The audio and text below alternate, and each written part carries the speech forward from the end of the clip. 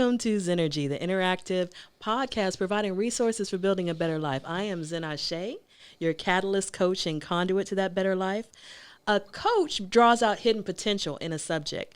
A catalyst sparks change, and a conduit provides a connection. So we, all of us in this room and everybody out there, we all start off as like a microscopic seed and egg, something so small you could hold it in the palm of your hand. But unlike a tree, that seed for a tree, we don't grow automatically. We actually have to work at growth. And sometimes we need a little bit of help. And so that's what Zennurgy is about. It's about providing you with resources for building a better life, especially in times of stress like we are in right now with COVID. And that's why I started this, because I found I needed some resources to help me stay on track. And I figured out that people probably out there needed it too. So I am, as I said, your catalyst, your conduit, your coach. And today I am connecting you to two wonderful people that I have in the studio with me. I have DK, David Christopher. Say hi to the people. Man, what's going on? What's going on? Awesome. And I have Tay Morris, who's one of my favorite comedians in the city of Houston. She is going to make us laugh today. So say hi to the people. Hi, people. Awesome. And we are going to be talking about ambitious beliefs tonight. I know it's COVID, but that does not mean that you have to give up your ambition. That does not mean your beliefs have to change about where you can go and who you can be. You know, we can stay focused on our goals even when we have obstacles that we have to face. And so that's what we're going to be talking about. They're going to be talking about their journey as artists and telling you what they have going on and just how they stay motivated, because hopefully I believe that we can all learn from each other. Mm-hmm. And that the greatest resource we have is each other and the stories of people who are just like us, but actually finding ways to overcome and ways to succeed. And so ambition, you know, sometimes people think ambition is a bad thing, but I don't think it is. I think ambition is what makes you want to be the best that you can be. Not necessarily stepping on anybody or trying to compare yourself to other people, but trying to be better than you were the day before. You know, I remember Matthew McConaughey, he's an actor, and he was giving a speech. He had just won an award, and he said, somebody asked him who his role model was. And he said, let me get back to you about that. And he said, finally, he came up with his role model is who he was going to be 10 years in the future. And then they asked him 10 years in the future, the same person said, okay, well, who's your role model now? And he's like, the person I'm going to be 10 years in the future. And he was like, I'm always going to be striving to be this person that I'm not yet, but this person I see in my head. And I'm always going to be trying to go for this highest expression, this perfect self-expression, you know, for myself. And I thought that was really powerful to imagine yourself 10 years in the future and then think, okay, that's my role model. I want to be that person and keep that vision in your mind. I thought that was really, it was something, you know, because I always thought, who's my role model? I don't know, Oprah, Maya Angelou, you know, Harriet Tubman, Ruby Dee. You know, those were the women that came to mind, just really strong and focused and talented and ambitious. But it never occurred to me it could be me 10 years in the future. So that was kind of a shift in my mind. I was like, wow, what would I be like 10 years in the future? I began to kind of think about that. And I was listening to this audiobook called The Law of Attraction. And they said to write a wouldn't it be wonderful if list. Like just a wildest dreams list. Wouldn't it be wonderful if I was a billionaire? Wouldn't it be wonderful if I had 1 billion downloads of my song? Wouldn't it be wonderful? I mean, just these wildest things, because the whole point was if you can expand your beliefs, then you can expand your experience. You know, and people say, shoot for the stars, because if you miss them, at least you'll hit the moon. Right. You know, so I thought that was kind of cool. So I'm going to start with Tay. And I wanted you to kind of tell us what ambition means to you. And of course, we're going to want you to give us some of your amazing comedy, you know, as you get on the mic. But what does ambition mean to you? You ain't had to put me on the mic like that at first. Well, in my state of ambition, ever since I was younger, I always been a character. So my mom always told me, you're going to be something out of life. And I always, everywhere I go, if a person feel down, I can just say anything and brighten them up. So I'm more like a natural comedian. I don't write nothing. I just go with people's action. So that's why I chose ambition, because I am a type of female. I just go for it. And wherever life takes me is where I end up. So I'm more, I can say, outgoing, outspoken, and I just like to just keep it moving. And I think I was put on this earth for a reason, and that's my reason. And no matter how you feeling, I can just turn it around. And I just say things, and it just be funny. And then sometimes I can take things that I'm telling you the truth about it, and it comes out funny, but I actually be serious about it. So that's why I chose ambition. I don't stop until I get it. I like that. I don't stop until I get it. Yeah.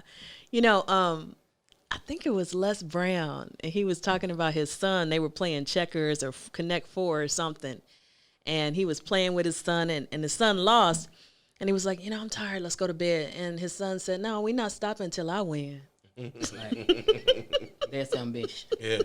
So that's what that reminded me of when you said it. And he even though he was tired, he played with his son till his son won, because he was like, if he takes that attitude out into the world, that I'm not stopping till I win, man, he's gonna be unstoppable, because you hit him this way with an obstacle, he gonna find a way to go over it, around it, beside it, beneath it. He's gonna find a way to get around it, because his attitude is, I'm not stopping till I win.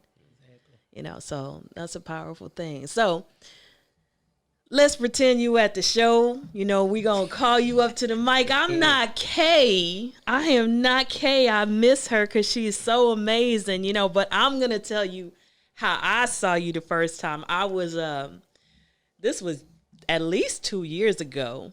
So I was at Showtime. I was coming for a Sunday night show. Slim the Poet was doing poetry, and she brought us all outside the venue. And there was probably 25 people there that night. And we had Leo Rich. Right. We had a bunch of comics, The Word Matician. Who else was there? I don't know, a bunch of people. And Sadiddy Kitty was there. I remember that. Ebony Ignited Ink was there. I think her stage name is something else, but I know that's one of her names. And then you were there, and you were in your work clothes and everything, and you got up on the mic, and I almost fell out of my chair. I was laughing so hard. I was just, it was so funny. And I was like, wow, okay. And it was funny because at that time, I wasn't even thinking about starting a show. I was just performing.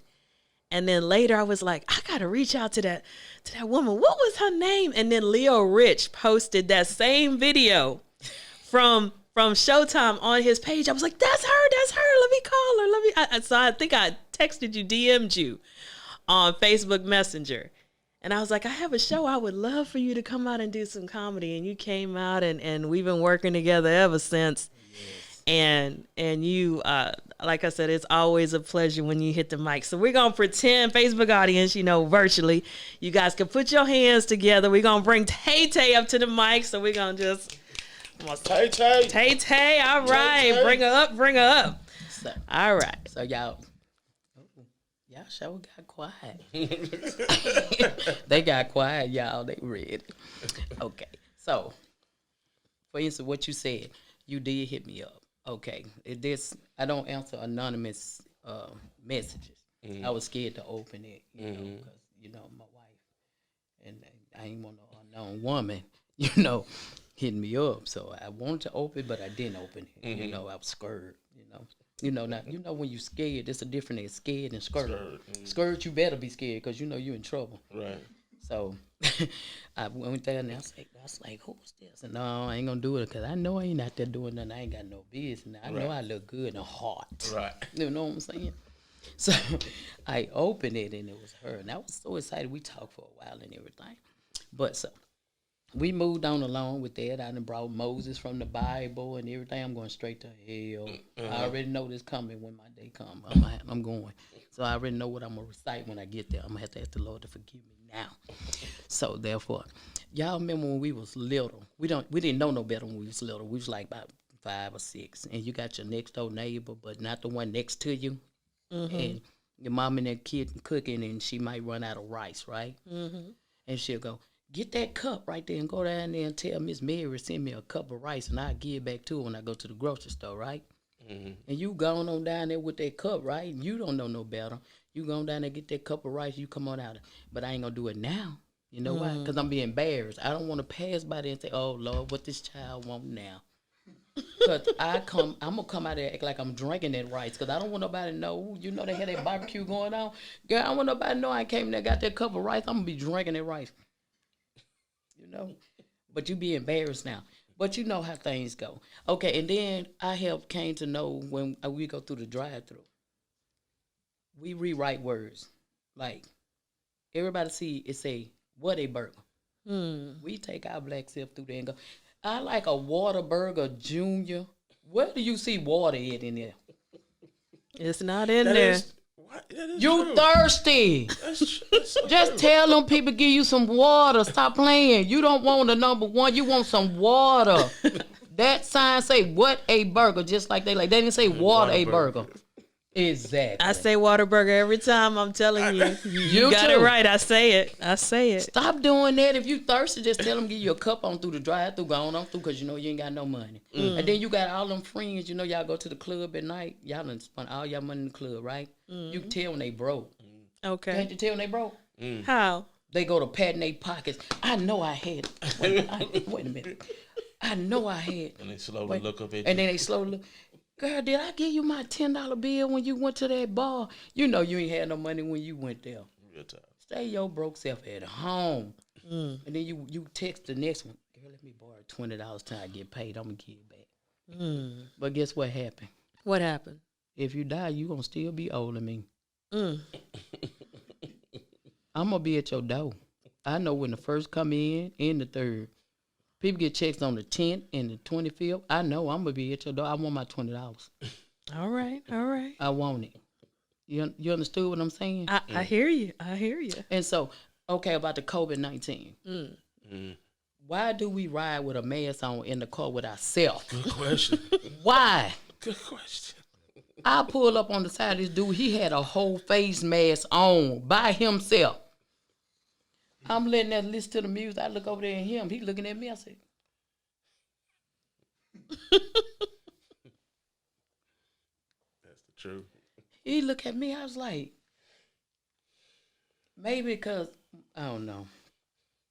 See, most times I take mine off as soon as I come out the store, because it's like a bra. Like when you walk through the door, it's like the first thing you want to take off is your bra, you know. The mask is kind of like the bra. COVID brought life to us. COVID-19 brought life. That's when you know that your breath is funky. That's when you realize why your friends them always stood back from you while you talk. Because if you put that mask over there and it fogged up, it ain't good. It ain't good. You got some action going on. You got some slow arithmetics going on up in there. And you just up there, I don't know why my mask fogging up. Girl, it ain't close up. It ain't went to mint, baby.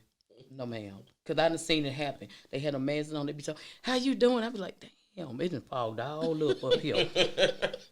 That breath is hot. And then it be so crucial. They don't have the mask on the nose. They have it on the lips. What is the purpose of that? They teach you in school. You got your eyes, your nose, and your mouth. They say put it on your mouth and nose. They not your mouth. So they be like this here looking at you. And I be like, why you looking at me? You got it on the wrong spot, baby. You up here. So it does happen. And baby, they be ready. They had this steering wheel 12 to 2.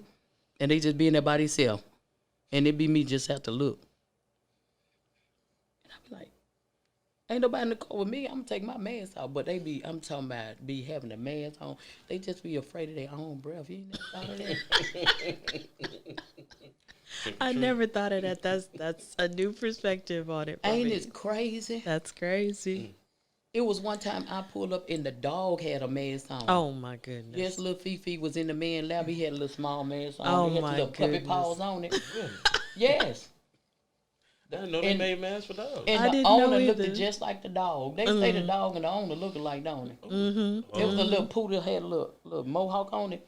Well, you know, they call it their children. You know what I'm saying? And they look just like Like him. 'em. Because he had specks of missing hair up there. So I say, well, the wind was blowing and he had a mask on the dog too.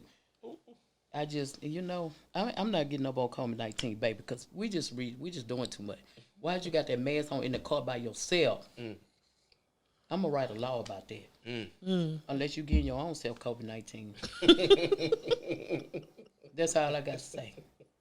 I hear you. I remember we were at the Isles, and you talked about a Christmas party that you went to.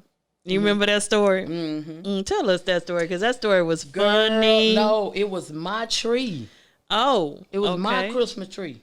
Okay. I couldn't eat no sugar. So I got me a sugar cane tree. Okay. And I fixed it up like a Christmas tree. Okay. And I ate every leaf every day. And my wife said, why is it water in the bottom of that pot? It was from me slobbing on it every day. Every day I would get up and go sing a lullaby with that Christmas tree. I had a sugar cane tree. Sugar cane tree. I had a sugar cane tree. That is real. Yes, I did. It was real. It had presents underneath everything. Everything. Baby, I want diabetes. I did. I was shaking. And you told us about your boss. Yes, I used to go and steal me a baked potato. Mm-hmm. One of them big baked potatoes. Mm-hmm. And boy, didn't want to answer the phone. And every time I get caught, cheese just running everywhere. Where did you work? I was working at it was driving the tanker trucks, and so I was supposed to be taking care of them people business. I'm at the barbecue place. Getting the baked potato. Get caught every time. Extra bricks. Yes, with extra cheese on it.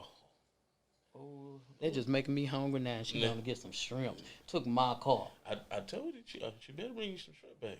She know I was hungry. I don't know how people can read your mind and say you hungry. Hey, that's a mashed My belly potato. didn't growl not one time. But she knew. I ain't talking to you neither. And then you told us that your boss came up to you at the Christmas party. He was thirsty. Oh my goodness, what's Mercy? Oh, it's when right guard turn left, secret tell it all, speed stick, speed up, that type of musty. Okay, oh my goodness. He was cowboy sharp, What's that mean? funky. He raised his arm up. I was like, ooh, he was too legit to quit. Lord. He said, he said, I'm so glad you working with us. I said, Yeah, put your arm down. yeah, you know how your expression on your face look. You know how you get that expression on your face. Like, Yeah. And all you can say is Yes. You just don't look at it. Right. You just don't. So in that Christmas stocking, did you get you some deodorant?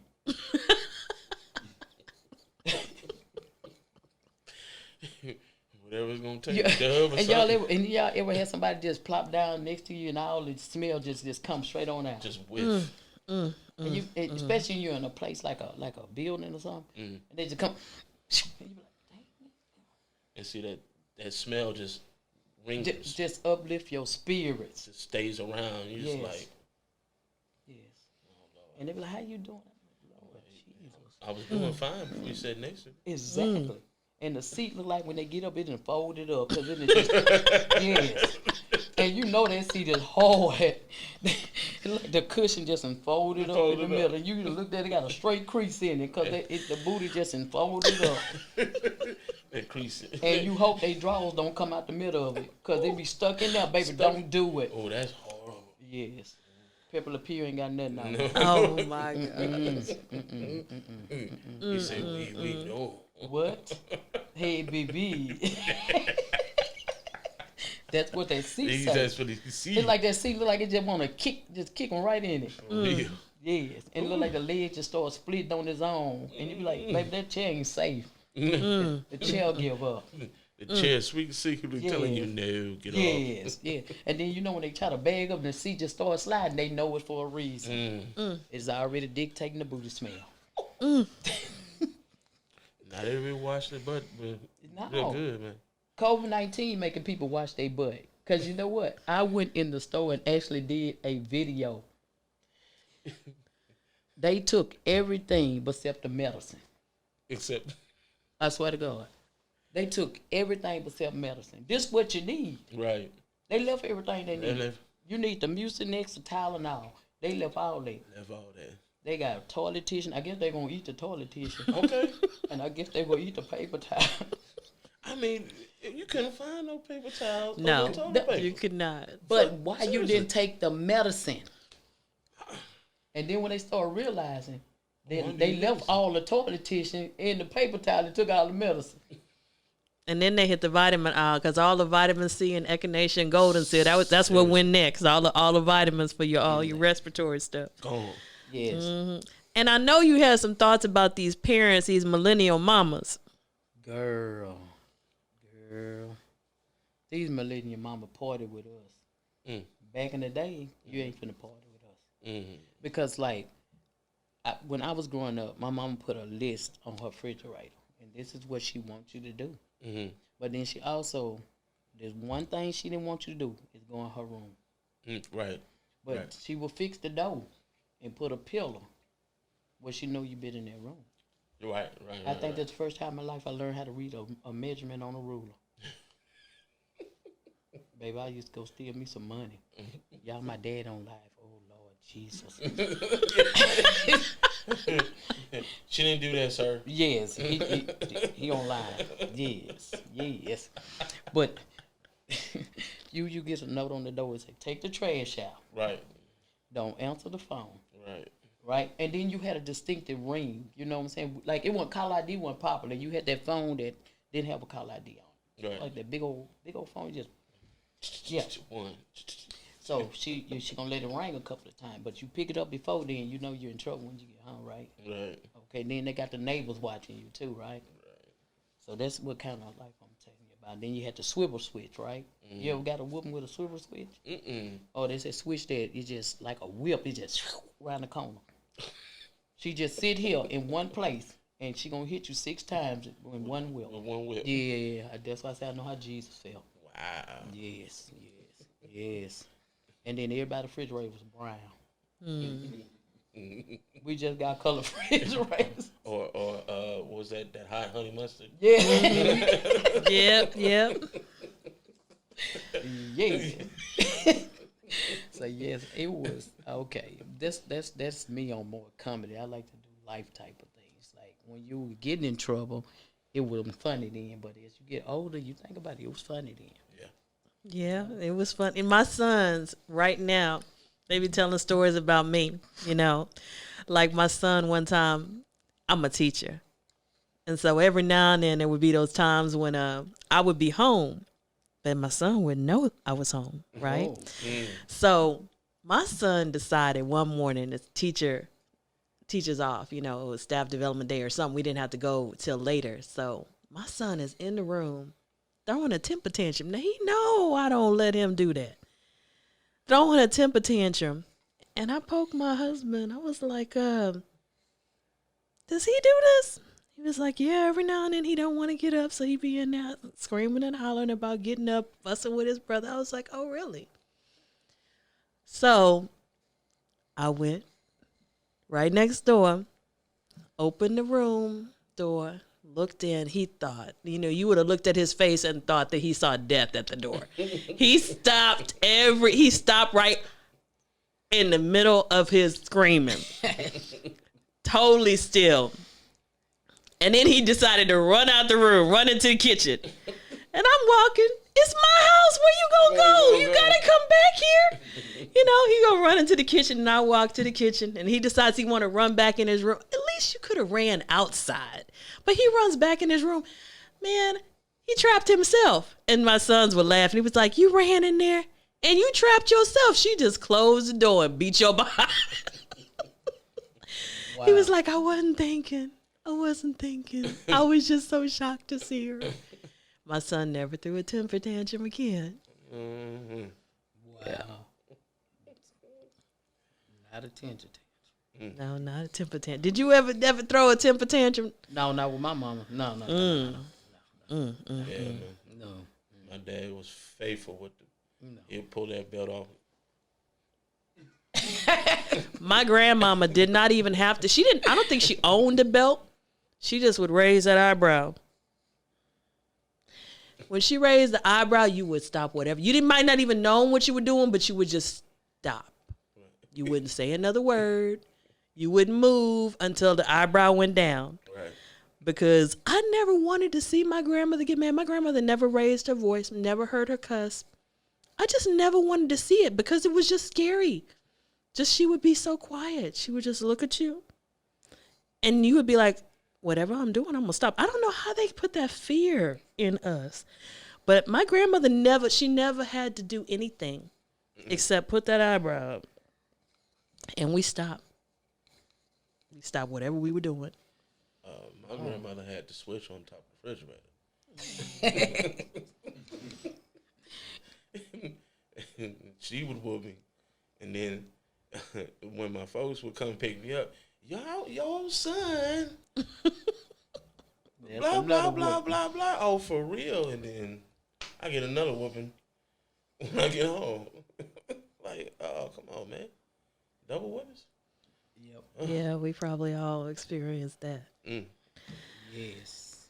But they all wanted the best for us. They had high ambitions for us, and they wanted us to be successful. So, I'm very thankful for that elder generation. No. Why? Because when they're whooping you, why do y'all say shut up? Oh, hey. And then why do they tell us that?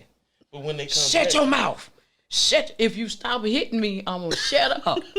But you keep hitting me. And I say, shut up right now. You still hitting me, so I'm going to still holler. So if you stop hitting me, then I'll stop hollering. Hold up. So why y'all say that as parents? Move your hand.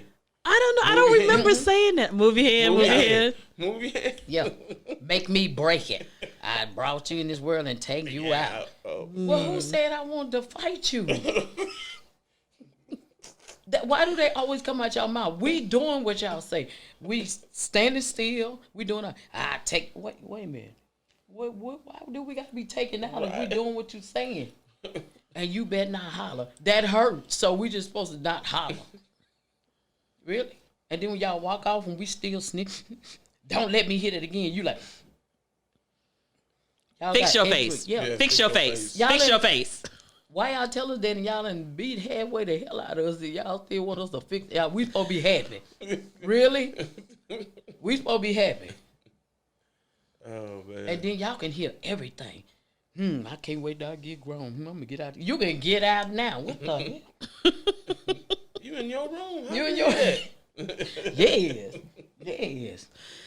So how do y'all know that? Is it parents' intuition, mother intuition? How y'all know what we are saying?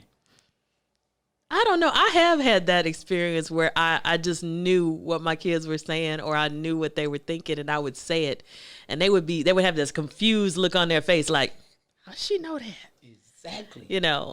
And I do think it's some kind of intuition. I do think it's I don't know. Or I think it might be that you're so tuned into your child sometimes that you know exactly how they might think or feel about something. I had me a book. I write down every time I got a whooping when I'm going to run away. What I'm going to take with me and everything. I ain't coming back. I had a job when I was 7. I'm going to go work here and I'm not coming back. I'm going to go stay over here and I'm not coming back. And I'm going to buy this and I'm going to buy that. But then it was time to run away for real. I couldn't do it. Nah. But yeah, I never understood that. And then y'all will punish us, then go in there, and then y'all think about it, and then y'all come back and be nice. Yeah. So now we scared. I did this because I love you.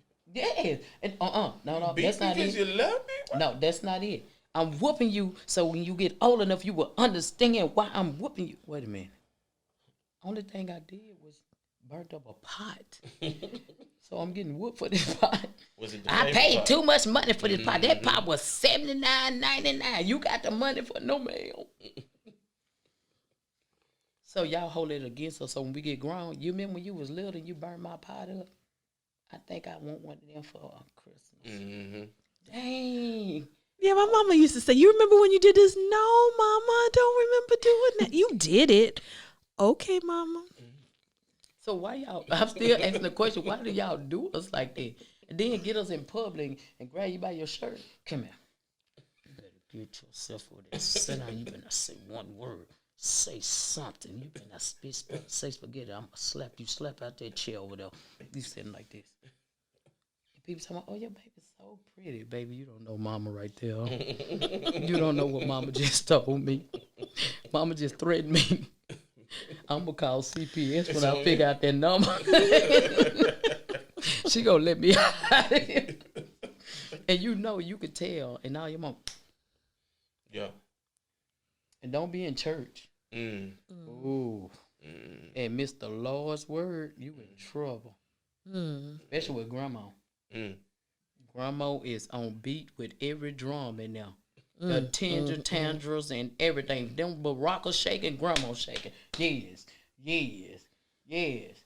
And the preacher repeated himself 15 times, less than 30 seconds. Yes.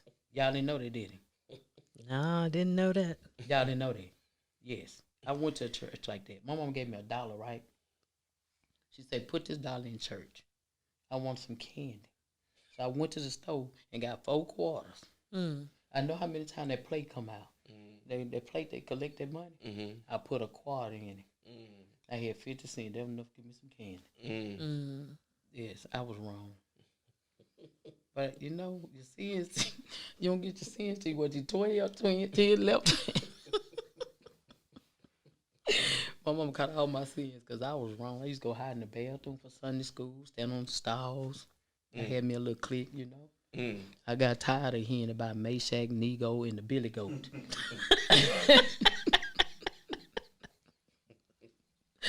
Got tired. I got tired of hearing because I don't know nothing about the bread and none of that. It was Shadrach, Meshach, and one bad Negro. That's what we used to say.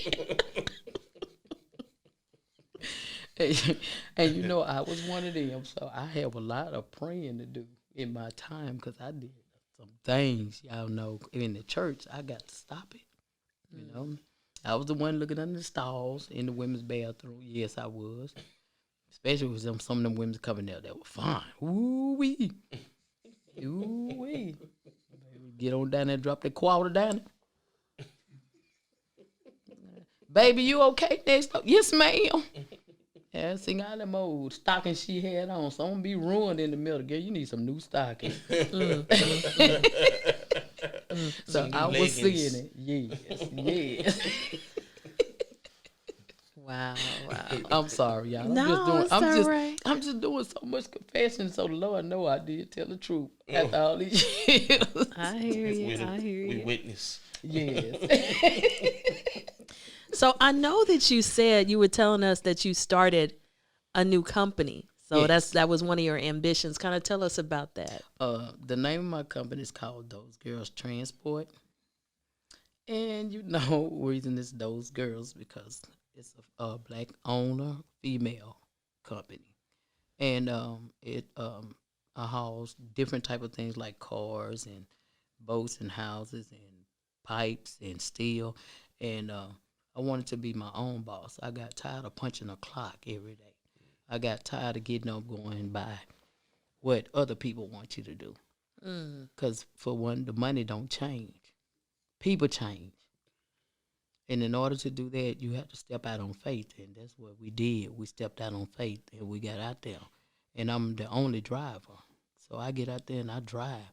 And within that, I was also blessed to be able to go higher and purchase something bigger and better. And Those Girls Transport brought me a lot of ways. And I am, it is online. So you can Google Those Girls Transport, but it's girls with a Z, not a S, because I went professional.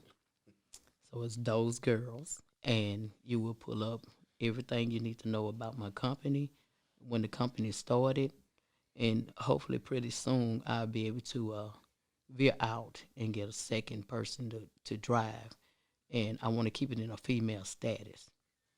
So as for that, I'm urging all females, if you got ambition on something that you really want to do in life, whether it's driving trucks, owning your own catering business, do it. Don't let nobody stop you.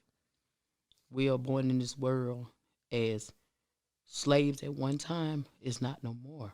So if you can get out there and be your own independent person, get out there and do that.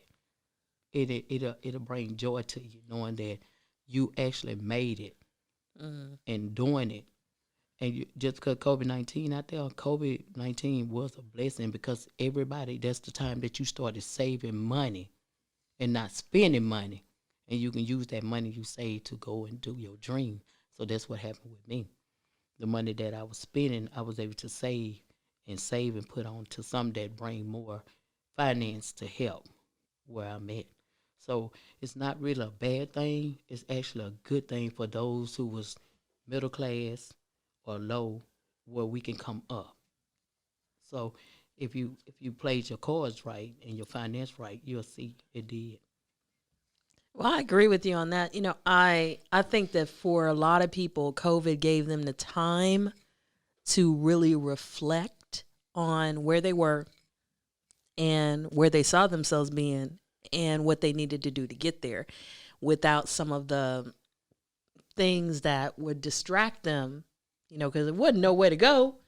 So you had to read more, you had to walk more, exercise more. Some people just sat there and watched TV all the time or was on the internet, but a lot of people did use the time to reflect. And I know I reflected on my ambitions, and that's kind of how this was born, just wanting to really bring people together who were on this journey and give people tools, give people inspiration for, that journey to make a better life. And so I wanted to go to you, DK, and I wanted you to talk to us about your journey as an artist. What does ambition mean to you? What are your ambitions?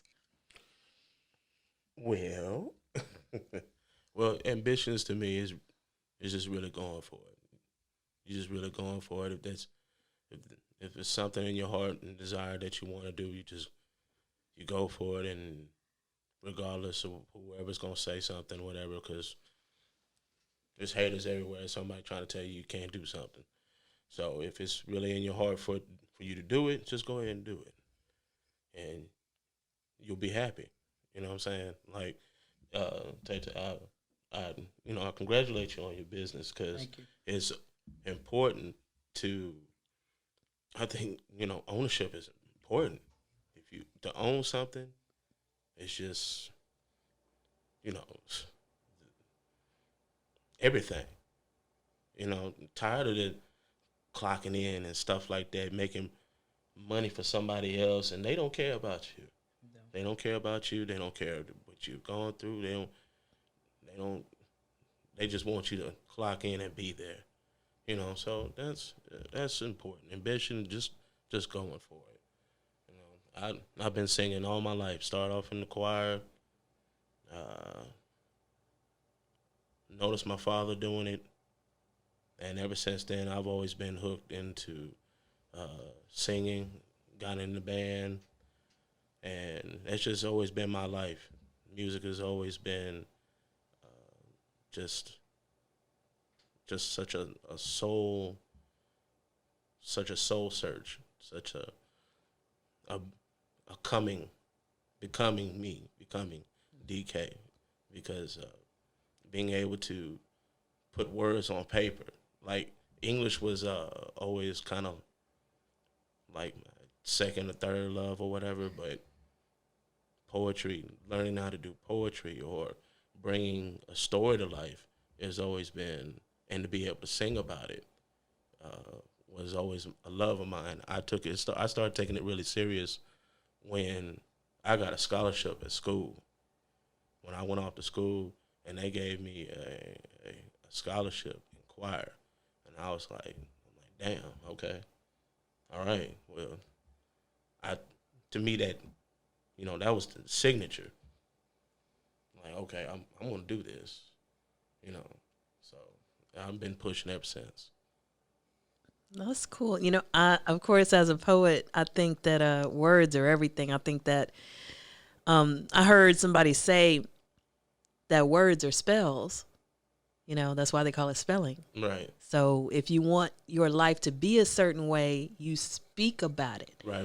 And you shouldn't even speak, in a sense, idle words. There's a scripture in the Bible that says, by your words you will be justified, and by your words you'll be condemned. And every idle word that you speak, you'll have to give account thereof.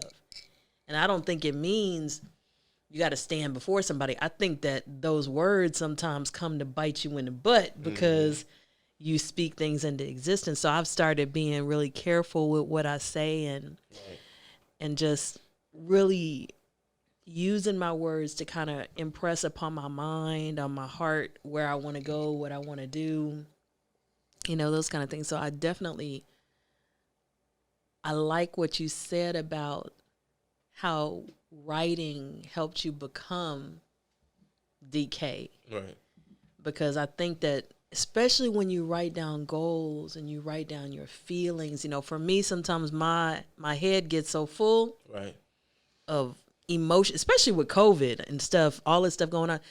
I mean, it gets so full of whatever, sometimes it's negativity, and I just download my brain on the paper, and then I can sift it into good and bad, what I want, what I don't want, and really crystallize, who I am and where I'm going and all that kind of stuff. And it does, to me, writing does help you become yourself. It helps you be accountable for where you are. I got a planner, and some people say, well, what good is a planner in 2020?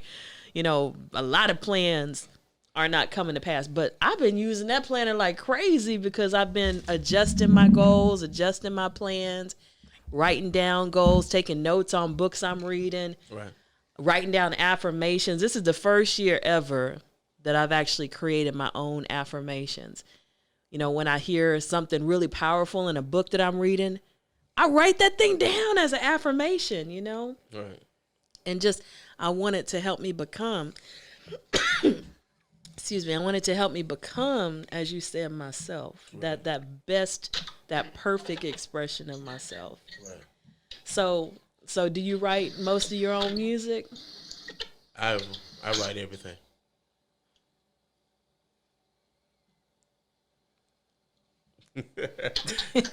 No, I write all my music.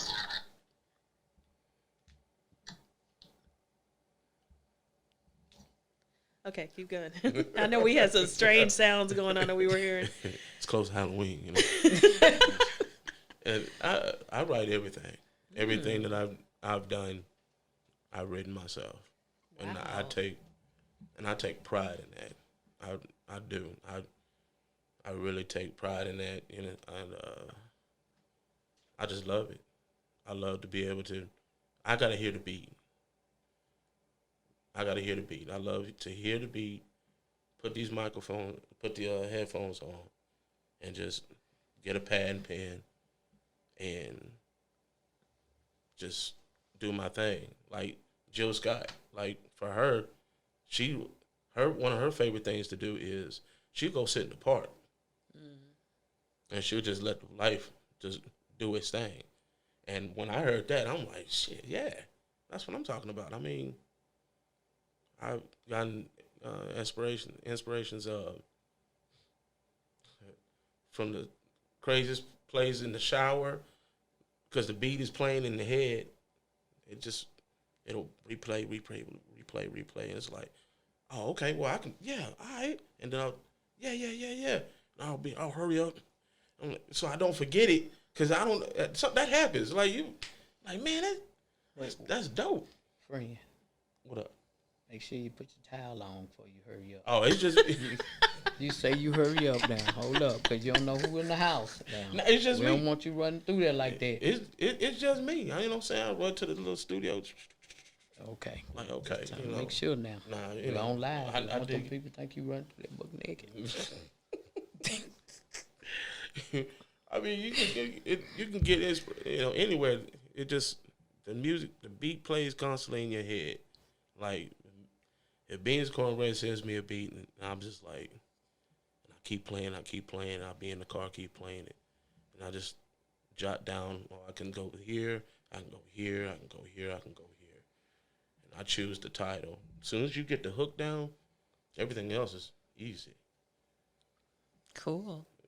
I had my first experience writing to a beat the other day. Somebody sent me a beat and they were like, come up with some lyrics for this, and I was listening to it. And so that was an interesting experience because I had never done that before, But they told me what they wanted the title to be. So I had that too. Right. So I was like, okay, this is cool. I actually like this. So that was very interesting. It's still really going to be spoken word. I'm not going to be singing, even though I can sing a little bit. But, so that was kind of cool. So what's the song that you brought for us that we're going to be listening to? Well, the single I'm pushing is called Bottom Shelf. It's on the upcoming album called Brown Liquor, which is, the little story about it. We go into Southern blues, you know what I'm saying? My first love is soul and R&B. So, but Southern blues is pretty much, the same thing. So, Tucker doing his thing. Shout out to Tucker, Pokey, Sir Charles Jones, TK Soul, Destiny Child, Bills. Because that's my favorite one. Can you pay my bills? Can you pay my bills? I mean, them boys is doing their thing, and the music is hot. So we went, we going through that. We pushing for that. And the first single is called Bottom Shelf. Now, Bottom Shelf is, and everybody's been there. I mean, like, you want to sip on something, but you ain't got that Hennessy money. You ain't got that Crown money. I drink Moscato. I drink Moscato too. Girl. I know John feel me over there. So, I mean, you want that Hennessy, but you got that Hennessy money. You got that box wine money. You got that. you got that Boone's Farm money. That you know night what I'm saying? that But that Thunderbird or whatever you drinking, yeah. Lord, I'll never do that ever again, ever. But yeah, that's what Bottom Shelf is.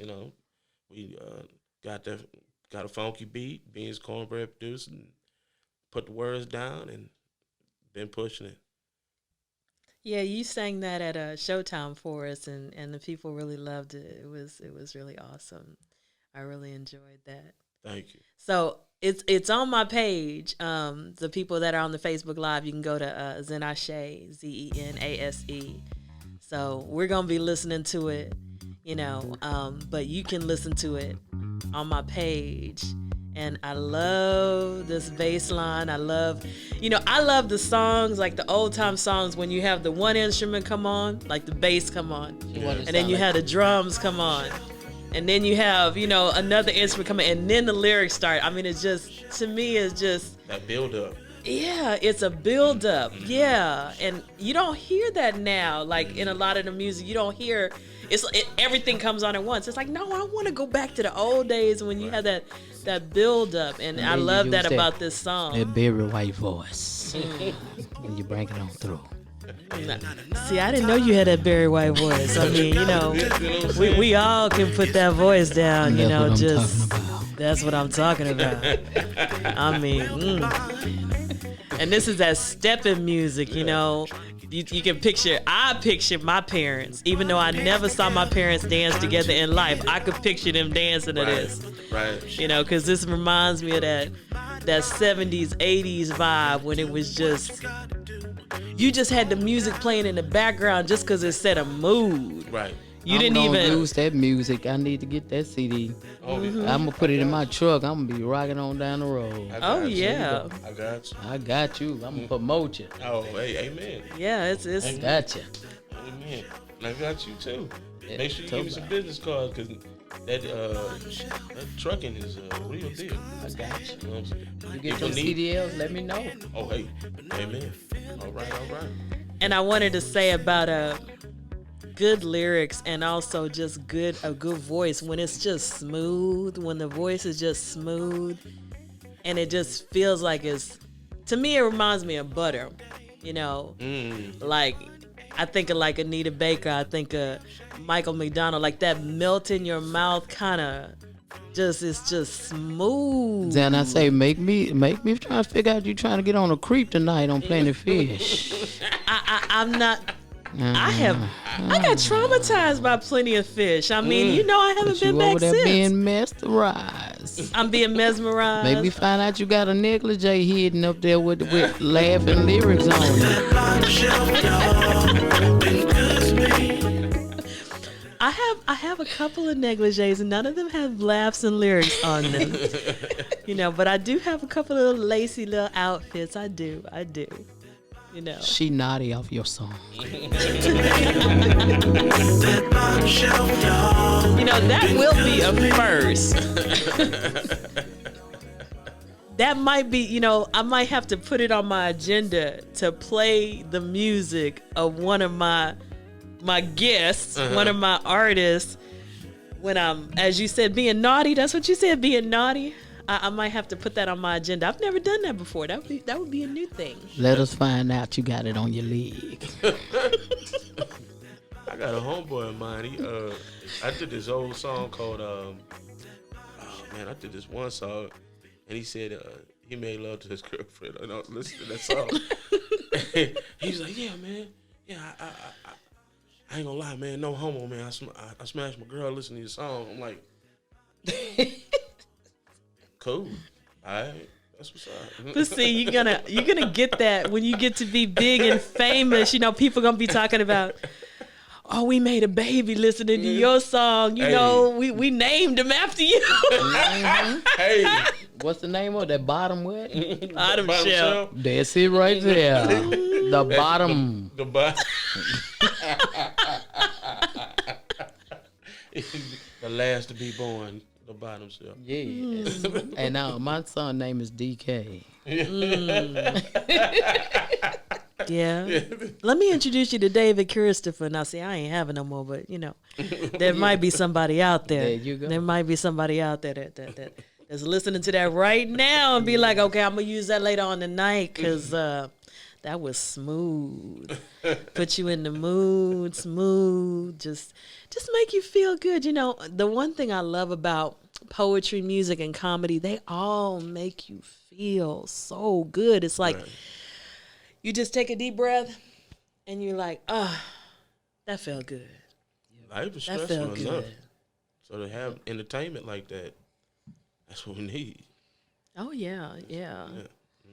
And that's what I loved about the live shows. But even with the podcast, you know, you walk into the room, you have all these people there with all these different talents, and then you get a little bit of this energy that just stays with you. And, you know, I remember Darcy Cole, you know, she was a performer on my show, and she said, this is like my church. I come in here and I get some uplift for the week. I can't even make it through the week without, you know, coming over here because it makes me feel so good. And that just made me feel good because I was like, that's what people need. They need something to help them get through the week. They need some inspiration. They need some uplift. They need some encouragement, some motivation. And it's so beautiful. The arts, they bring that to life. And when you have that, you know, it's a group project. You know what I'm saying? When you put a song together or you put a show together, it's a group project. People are bringing all of their energies, their talents, you know, they're bringing that vibe. And then you end up with this piece that's left over.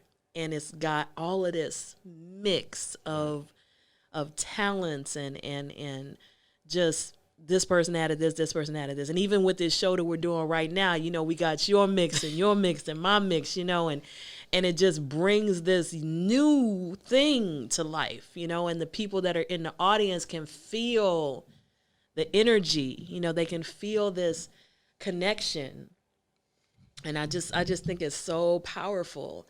And that's what makes me love the art so much, is that it's alive. It's alive. It's not dead. And that song will live on. You know what I'm saying? People 100 years from now could be playing Bottom Shelf. They may not even know what 100 years from now, they may not even have liquor in bottles on shelves.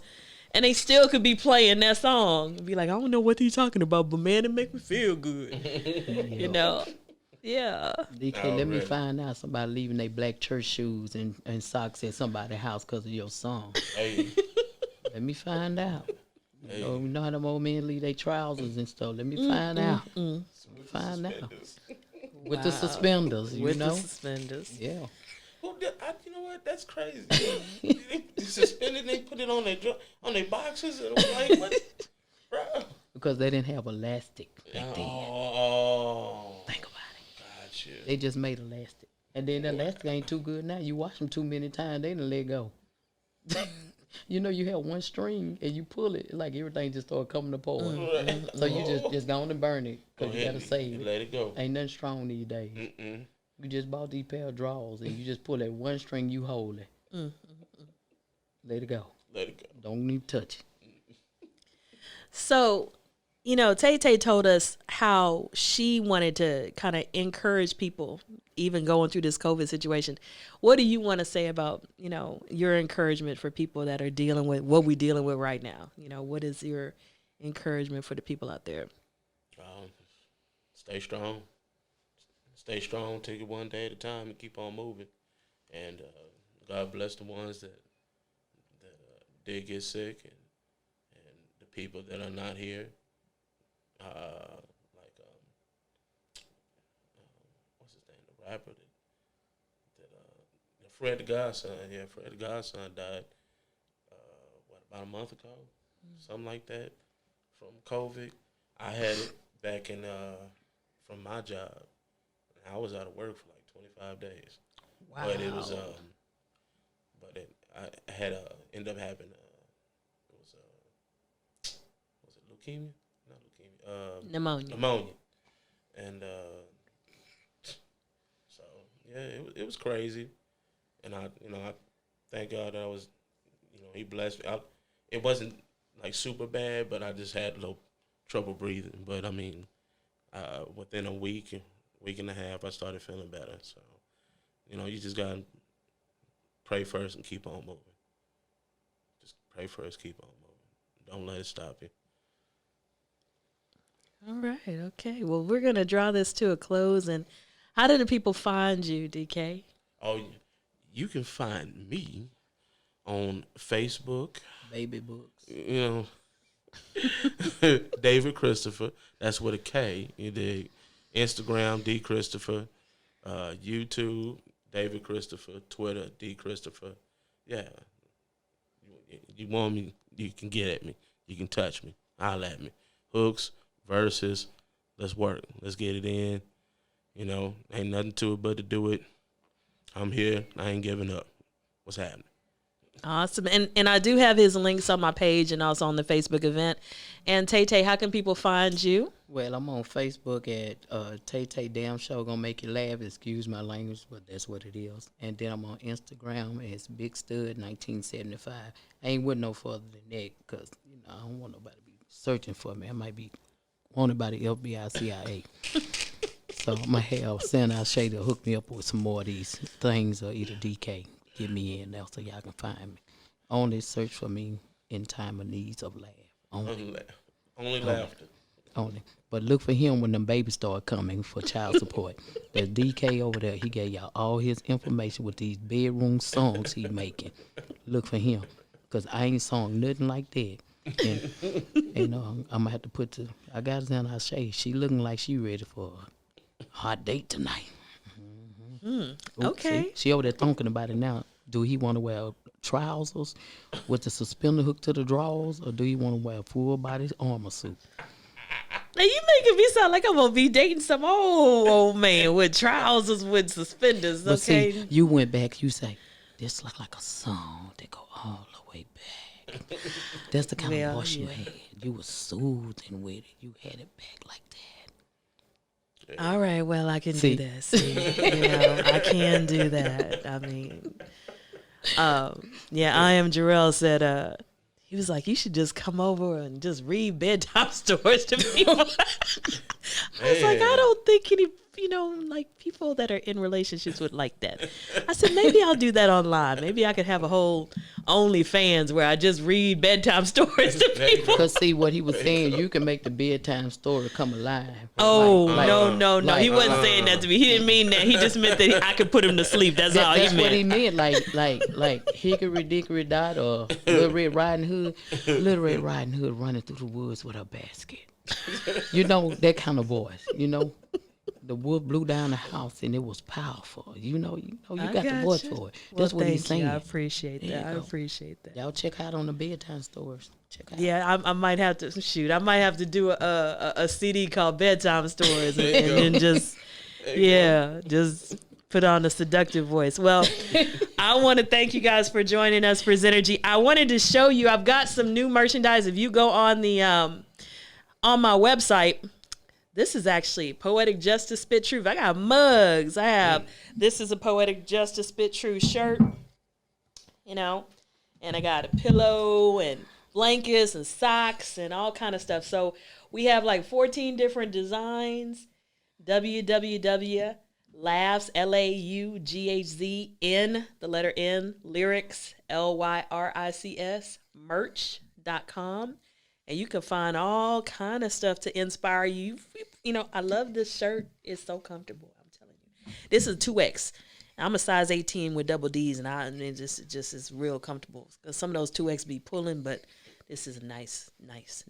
Okay, so I want you guys to check out, the merchandise, support DK, support Tay-Tay's business if you got some transport that you need to get done, support me, okay? We got to support our Black businesses, and I want you to stay encouraged.